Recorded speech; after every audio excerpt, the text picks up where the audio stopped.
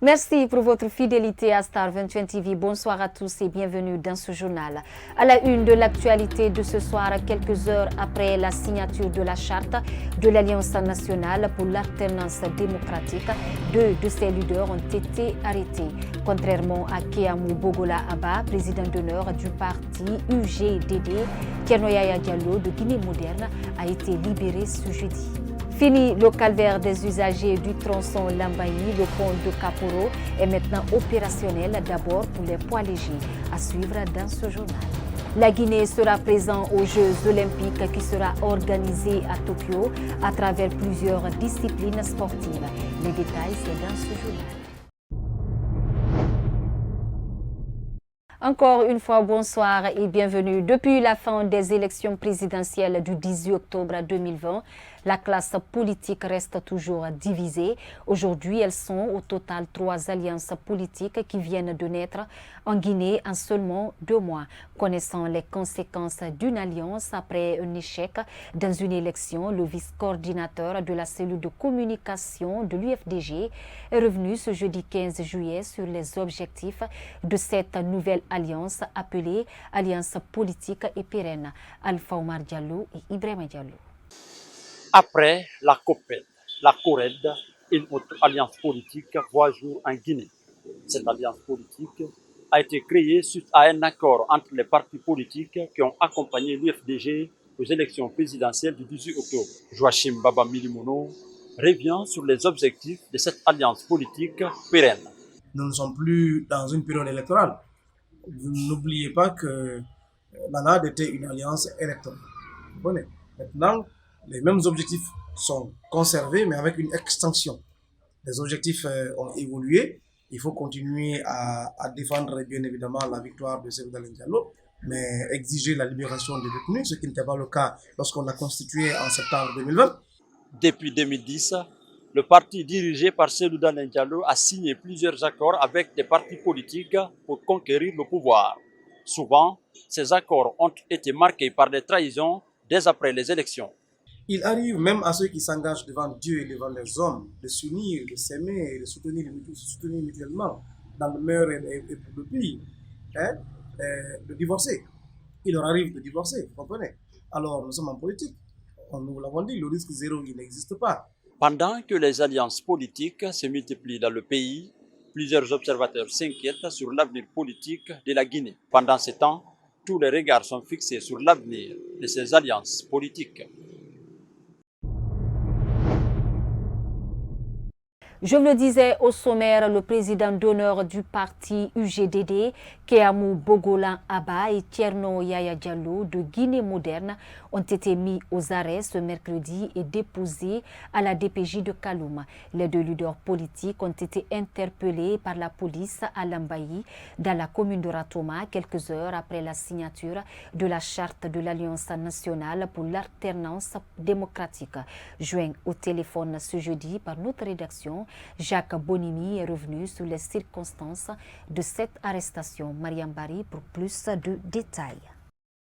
Peu après la signature de la charte de l'Alliance politique de l'ANAD, dirigée par Seydou Dalein Diallo ce mercredi 14 juillet 2021, deux de ses responsables ont été mis aux arrêts par la police et déposés à la DPJ de Kaloum.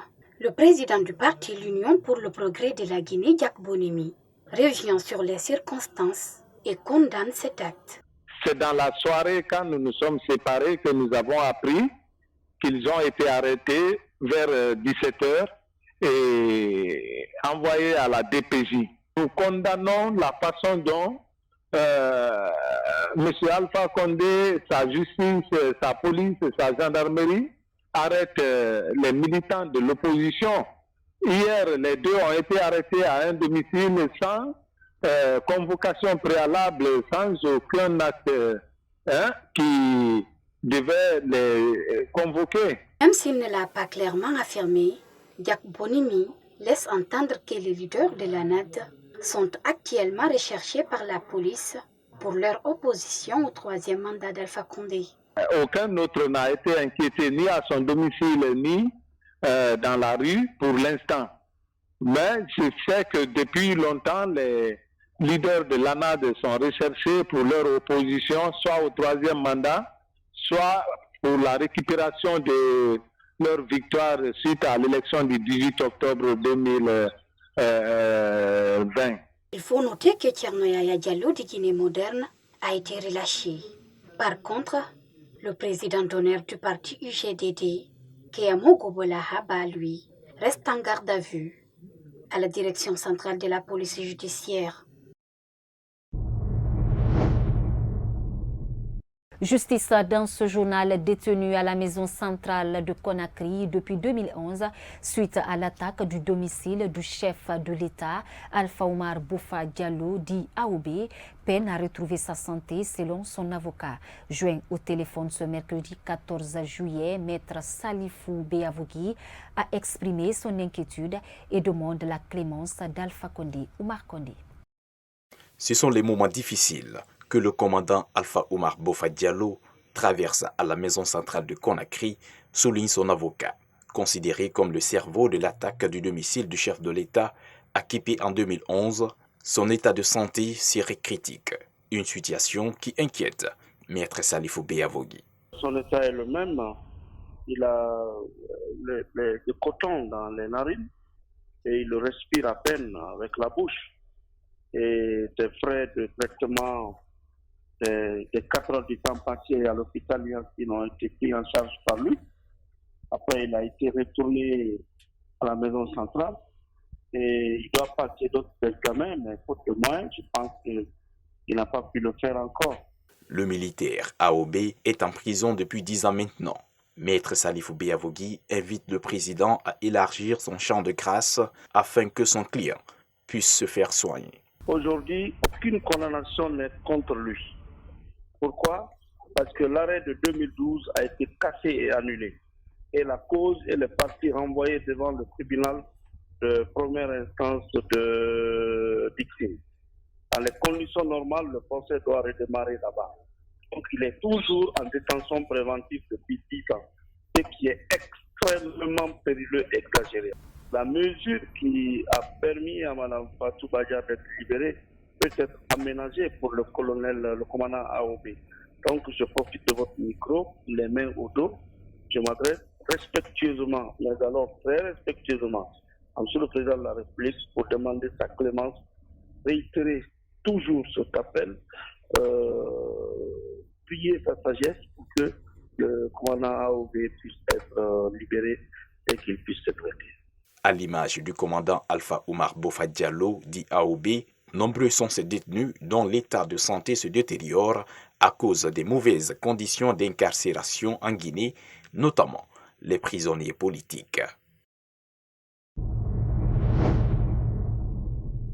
Direction à l'intérieur du pays, le procès des prévenus dans le dossier de la dame Mariam Kandé, décédée à la maternité de l'hôpital régional de Kankan, s'est ouvert ce mardi 13 juillet 2021 devant le tribunal correctionnel de Kankan. Après 48 heures de débat, le procureur a requis 3 à 5 ans d'emprisonnement contre les détenus. La défense a quant à elle plaidé non coupable et demande le renvoi de ses clients pour des fins d'enquête judiciaire. Abdoulaye Koyassila. Ils sont au nombre de 3. Dr Mamadi Souaré, médecin-chef de la maternité de l'hôpital régional de Kankan, Dr Fodi Kaba, médecin gynécologue, et Mme Fatoumata Kamara, sage-femme, à comparaître devant le tribunal correctionnel de Kankan pour homicide involontaire sur la dame Mariam Kandé, décédée à l'hôpital régional alors enceinte de 11 semaines. À la barre, les prévenus ont nié les faits. Dans les réquisitions, le procureur a requis un emprisonnement de 3 à 5 ans avec sursis contre les prévenus. En application de cette disposition pertinente que je viens de faire, vous déclarerez suffisamment coupable Fatoumata Kamara, sage-femme, Mamadi Souaré, médecin gynécologue obstétricien à l'hôpital régional, et M. Fodé Kaba, également médecin à l'hôpital régional en service de maternité. Vous les déclarerez suffisamment coupables, chacun à ce qui le concerne, des faits d'homicide involontaire sur la personne de la regrettée Mariam Kamara et Mariam Kandé. Et pour la répression, en application de l'article dont je viens de faire cas, vous condamnerez Madame Fatoumata Kamara à 5 ans d'emprisonnement que vous assortirez bien sûr de sursis et à une amende de 5 millions de francs guinéens.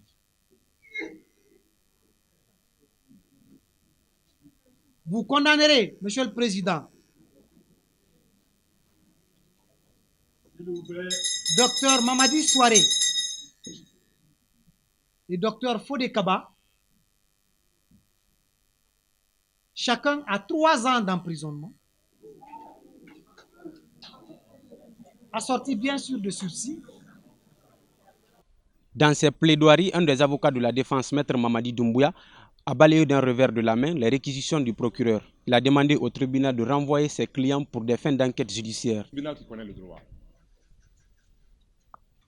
Nous vous demandons très respectueusement, parce que nous sommes convaincus qu'au bout du tunnel, vous allez permettre à ces prévenus de regagner la cité, de regagner leurs familles respectives, parce qu'ils ne sont coupables de rien, parce qu'ils sont poursuivis à tort, parce que les dispositions de l'article 216 ne sont pas établies, ne sont pas imputables à eux. Vous les renvoyerez des fins de poursuite pour délits non constitués sur le fondement des dispositions des articles 544 du Code de procédure pénale guinéen. Après les réquisitions et plaidoiries, le tribunal a mis le dossier en délibéré pour décision être rendue le lundi 19 mai 2021. De retour à Conakry, éducation dans ce journal, le paiement des frais scolaires, notamment pour le mois d'août, crée assez de polémiques au sein des établissements privés.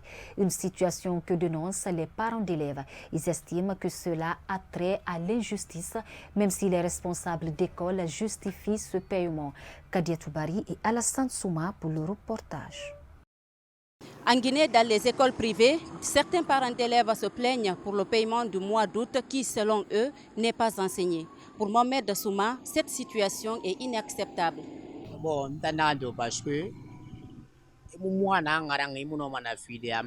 Ce que moi je pense est que tu ne peux pas payer ce que tu n'as pas étudié. En même temps, les écoles privées coûtent cher. Tu peux avoir des enfants malades qui ne sont pas réguliers et les parents se sacrifient pour les études.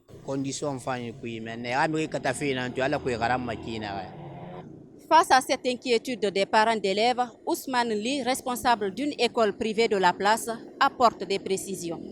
La scolarité elle est annuelle et cette scolarité est répartie sur 9 mois. Elle est annuelle, le programme est annuel, c'est une année scolaire de 9 mois. Alors si ils contactent avec les écoles d'expliquer l'essentiel du programme réparti en 9 mois à leurs enfants, je pense que si l'école remplit sa part du contrat, c'est-à-dire arrive à enseigner les enfants le programme édicté par l'administration en place, l'administration scolaire en place, et qu'il ne reste plus que des révisions, et que ces révisions aussi sont en train d'être faites depuis la fin du mois d'avril jusqu'à maintenant, là, dans beaucoup d'écoles privées, les gens ne font que de révisions parce que le programme a été bouclé depuis. Donc, je ne vois pas pourquoi le parent d'élève refuse de payer ce qu'il a conclu avec l'école. Donc, il faut qu'ils comprennent que c'est le programme qu'ils payent, ce n'est pas un paiement mensuel. C'est pour leur alléger la tâche qui fait qu'on leur demande de payer par mois. Ce responsable d'école invite les parents d'élèves ainsi que les enseignants à plus de responsabilités pour le bien des élèves, car selon lui, ils sont l'avenir de demain. Toujours dans l'actualité, après l'interdiction à nouveau des grands rendez-vous culturels par l'agence guinéenne de spectacle à l'occasion de la fête de Tabaski, les promoteurs culturels haussent le ton. Pour Salim Souare, par exemple, cette décision est un non-événement et demande à l'État de changer de stratégie. C'est un reportage de Yayo Moubari et Ibrahima Khalil Silla. Dans le souci de limiter la propagation de la Covid-19 dans le pays, l'agence guinéenne de spectacle vient d'interdire la production de toute activité culturelle sur l'étendue du territoire national à seulement quelques jours de la fête de Tabaski. Ce promoteur de la culture dit qu'il n'y a rien de nouveau dans cette décision.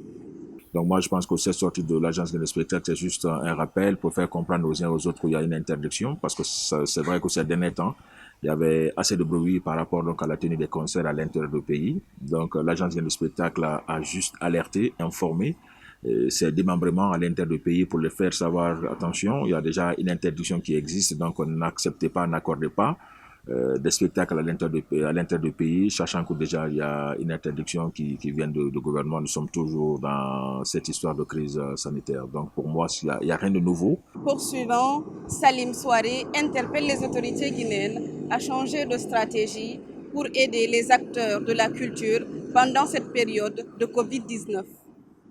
Oui, depuis très longtemps. Depuis très longtemps, l'État devrait réfléchir et prendre les mesures nécessaires, qui n'est pas donc l'interdiction totale des événements. La Guinée, vous le savez, nous faisons partie donc de l'Afrique de l'Ouest. Et si vous regardez sur la carte de l'Afrique de l'Ouest, tous ces pays-là sont concernés par cette histoire de crise sanitaire. Nous avons peur que le coronavirus nous tue, mais nous devons avoir peur que le coronavirus n'arrive à tuer aussi l'économie. Donc il faut essayer de trouver la meilleure formule. Depuis l'annonce de la pandémie de la Covid-19 en Guinée, les acteurs culturels tirent le diable par la queue. Certains, pour vivre, sont obligés de faire des concerts en dehors du territoire national.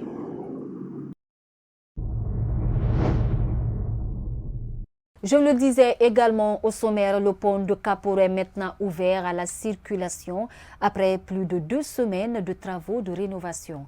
D'abord au poids léger, ensuite suivra les gros porteurs. Mariam Kindibari et Moustapha Diané pour le constat. Ce pont relie le quartier Nongo à celui de Kaporo. Il est aujourd'hui ouvert à la circulation après plus de 2 semaines de travaux de rénovation. Ce commissaire de la police revient sur la décision prise pour la sécurité de ce pont. Nous sommes de la police routière. Nous avons reçu des instructions, nous avons reçu des recommandations émanant des techniciens en la matière. Je veux parler des agents des travaux publics qui nous disent, pour des raisons de circonstances, on peut laisser les petites voitures circuler. Mais une interdiction formelle pour les gros porteurs. Les usagers de ce trajet expriment de l'allégresse. Nous sommes très contents par rapport avant le pont n'était pas quand même en bon état, mais quand même on est très content pour le gouvernement pour le fait qu'ils ont rétabli le pont là très bien et avec le délai qui est très bref encore. Nous sommes très contents pour l'aide que le gouvernement nous avait envoyée. À rappeler que pour le moment, seuls les poids légers sont autorisés à circuler sur ce pont. Ensuite, suivront les gros porteurs.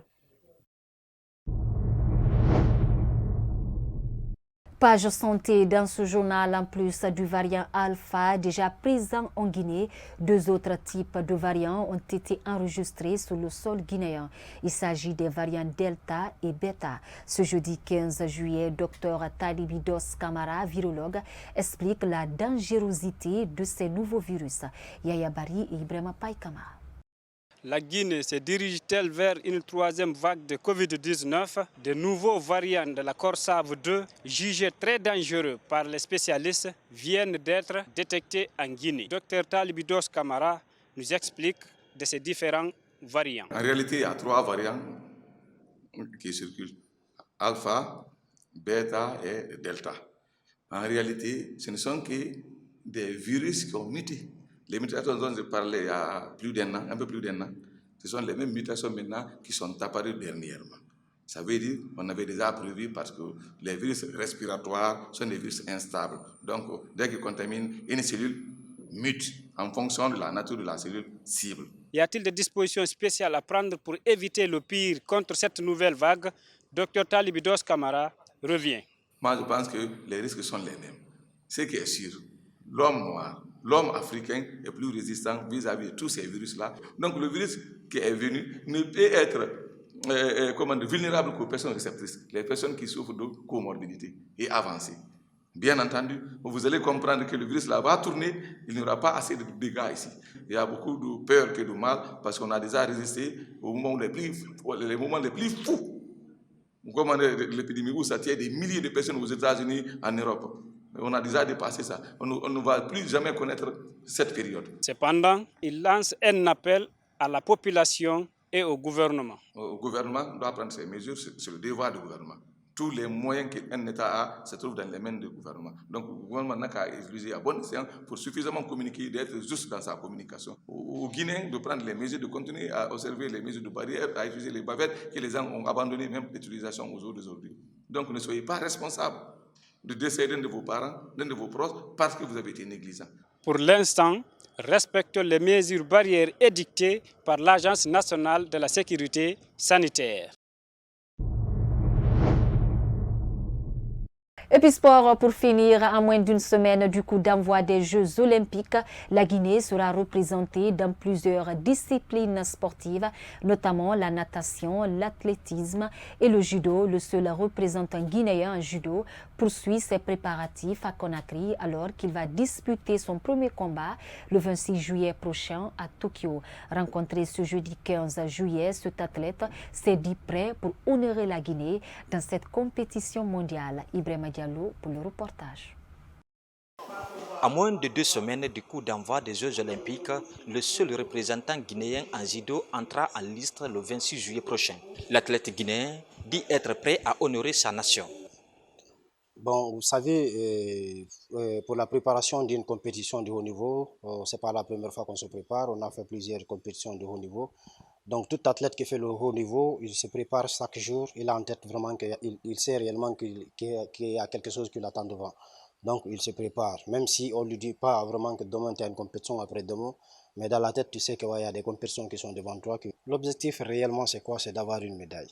Le vice-président de la Fédération guinéenne de judo estime que toutes les dispositions sont mises en place pour la participation de son athlète, mais il déplore la participation de son athlète sans être accompagné par un entraîneur. En tant qu'ancien directeur technique, je suis convaincu qu'il a pu supporter l'entraînement et le programme que les entraîneurs ont mis en place. Le président aussi, en tant que technicien, il a été convaincu de l'allure qu'il avait avec le petit. Mais il y a un seul souci qui nous manque et qui nous avait manqué. À travers de son entraîneur, puisqu'il voyage seul, il n'a pas avec un entraîneur. Normalement, il doit être secondé par son entraîneur qui peut aller faire la réunion technique, qui peut avoir son tirage, qui peut l'encourager, qui peut lui donner le courage, le moral et de motiver. Ce technicien, quant à lui, se dit être confiant de la capacité physique et mentale de son athlète. Oui, le côté physique, l'entraîneur, l'athlète est très bien prêt. Le côté physique. Il a franchi tous les ateliers qui ont été soumis, bon, tout est OK. Il peut reprendre physiquement, techniquement, il est prêt. À rappeler que Mamadou Sambaba a participé à plusieurs compétitions, mais c'est une première à cette joute mondiale. C'est cet élément de sport qui met un terme à ce journal réalisé par toute l'équipe rédactionnelle de Star 28 TV. À tous, merci pour votre aimable attention et les infos continuent sur la télé du 21e siècle. Au revoir.